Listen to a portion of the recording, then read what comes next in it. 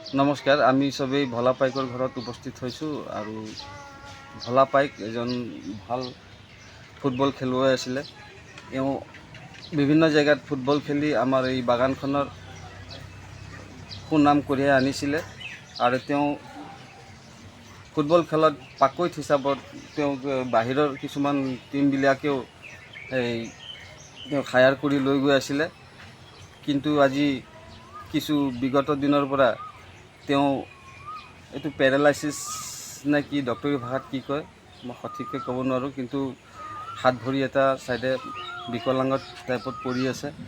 আৰু তেওঁৰ ঘৰত বৰ্তমান তেনেকুৱা সি অকলে ভোলা পাইকে এই ফেক্টৰীত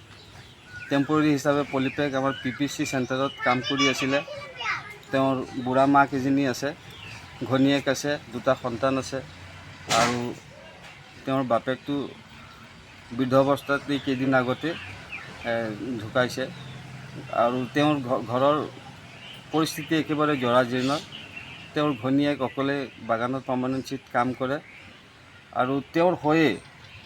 আজি কোম্পানীৰ ফালৰ পৰা তেওঁৰ এই যি অৱস্থাস্থা তাৰ কাৰণে যি আজি সি ট্ৰিটমেণ্ট বা চিকিৎসা পাব লাগিছিল, সেই চিকিৎসা তেওঁ ইতিমধ্যে সম্পূৰ্ণ কৰি আহিলে, কিন্তু একো পৰিণতি নোলাল, একো ভাল সুফল মানে তেওঁ যে কিবা ৰিকভাৰী হৈছে বেমাৰটোৰ পৰা। গতিকে তেওঁ যেতিয়া ভাল আছিলে, এইটোৱে ক'ব বিচাৰোঁ, চবেই বিচাৰি আহে ফুটবল খেলিবলৈ লৈ যায়, কিন্তু আজি 2024 প্ৰায় আগষ্ট মাহমানৰ পৰা তেওঁ এনেকৈ অৱস্থাত পৰি আছে। কিন্তু তেওঁক আজিলৈকে মানে আমি দেখাত মোৰ একেবাৰে কাষৰ ঘৰৰ ওচৰৰ, গতিকে কোনো এজন ব্যক্তিয়ে মানে তেওঁক সুধিবলৈ নাহিলে যে ভোলা তুমি কেনেকৈ আছা বুলি। বাকী ট্ৰিটমেণ্টৰ কথাটো মই নকওঁ বাৰু। পিছে যা কি নহওক, এইবাৰ আমাৰ এই প্ৰচেষ্টাটোত আমি এইটোকে ৰাইজক ক'বলৈ আৰু সমগ্ৰ আমাৰ কলিয়াবৰ সমষ্টিৰ মাননীয় বিধায়ক আমাৰ শ্ৰদ্ধাৰ শ্ৰীযুত কেশৱ মহন্ত ডাঙৰীয়াদেৱে যাতে এই ভোলা পাইক এই খেলুৱৈজনৰ পুনৰ আকৌ সতেজ সফল শৰীৰ মানে তেওঁ যাতে আকৌ আগৰ দৰে সি যাতে ফুটবল খেলিব পাৰে আৰু তেওঁ যাতে ঠিক হয়, ফুটবল খেলক নেখেলক অন্ততঃ তেওঁৰ পৰিয়ালখনক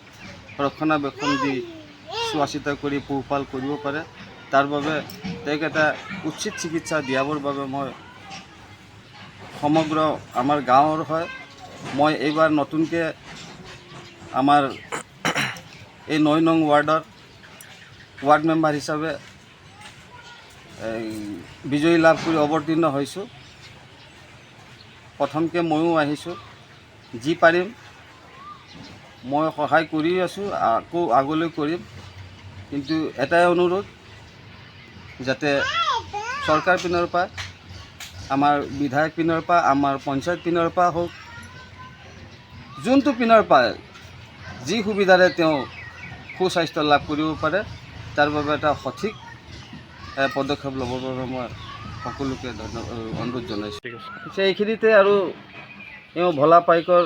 মাতৃ আছে, বৃদ্ধ মাতৃ, তাই কাম বন কৰিব নোৱাৰে, ঘৰখনত ইহঁতৰ 4-5টামান পৰিয়াল আছে আৰু কৰ্মক্ষেত্ৰত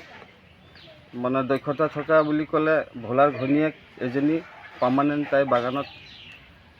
কাম কৰি ঘৰখন চলাই আছে আৰু তেওঁৰ দুটা সন্তানো আছে। যা কি নহওক, যিমান সম্ভৱ আমি ভোলা পাইকক, তেওঁৰ পৰিয়ালটোক আমি সহায় কৰিব লাগে আৰু অলপ ৰক্ষণাবেক্ষণ দি ভোলাক যাতে আমি অকণ অন্ততঃ তেওঁৰ ৰোগটো ভাল হ'ব নহ'ব এইটো ঈশ্বৰৰ হাতত, কিন্তু আমি এটা চেষ্টা চলাই এই বিপদৰ পৰা এই পৰিয়ালটোক আমি উদ্ধাৰ কৰিবলৈ এটা চেষ্টা কৰিব লাগে বুলি মই সকলোকে অনুৰোধ জনাইছোঁ।